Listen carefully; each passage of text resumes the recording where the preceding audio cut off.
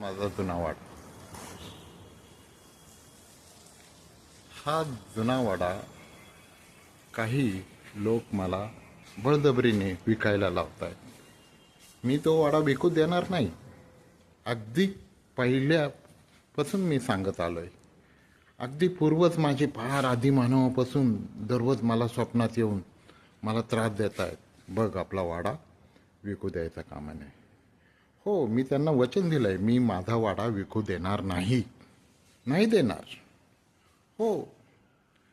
अगोदर पहिला पूर्वज आला, आदिमानव. तो काहीतरी त्याच्या भाषेमध्ये बोलला, को म्हणजे चौचा म्हणजे चांची पोहो.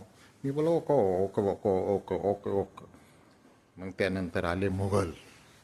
मुघल मला बोलायला लागले की अस्सलाम वालेकुम. वालेकुम सलाम. के फाल इन तपी क्वाइश. हां. मग पैशाबद्दल बोले, अनाफी फुलूस इबगा वहात इतने तलाचा अरबा खमचा शित्ता सबा तमाम. त्याचं मी बोललो, तू करोड रुपये दे, पण मी तुला वाडा विकणार नाही. त्यानंतर आले आपले राजा छत्रपती शिवाजी महाराज. त्यांनी मला मंत्र दिला, स्वराज. आणि महाराजांच्याच कृपेमुळे आजपर्यंत हा वाडा मी विकू दिला नाही. सगळ्यात प्रेरणा मला जे आहे ते माझे छत्रपती शिवाजी महाराज. हा वाडा मी कधीही विकू देणार नाही. त्यानंतर आले ब्रिटिश.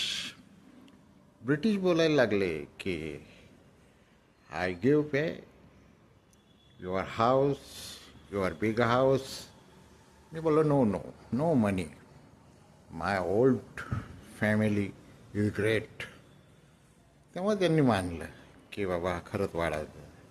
त्यानंतर आले सत्य शोधक समाजाचे महात्मा ज्योतिबा फुले.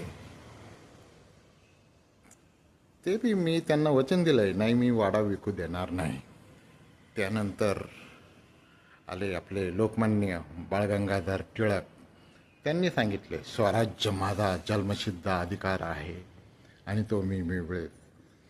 आणि त्यांना पण मी वचन दिलं, नाही मी वाडा विकणार नाही. ते हसले, खुश झाले. वा.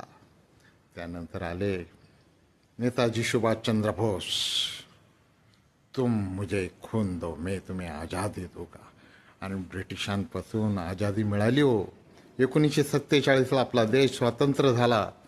आणि अवघीपत पण स्वातंत्र्य झाल्यानंतर खरंच का हो आपल्याला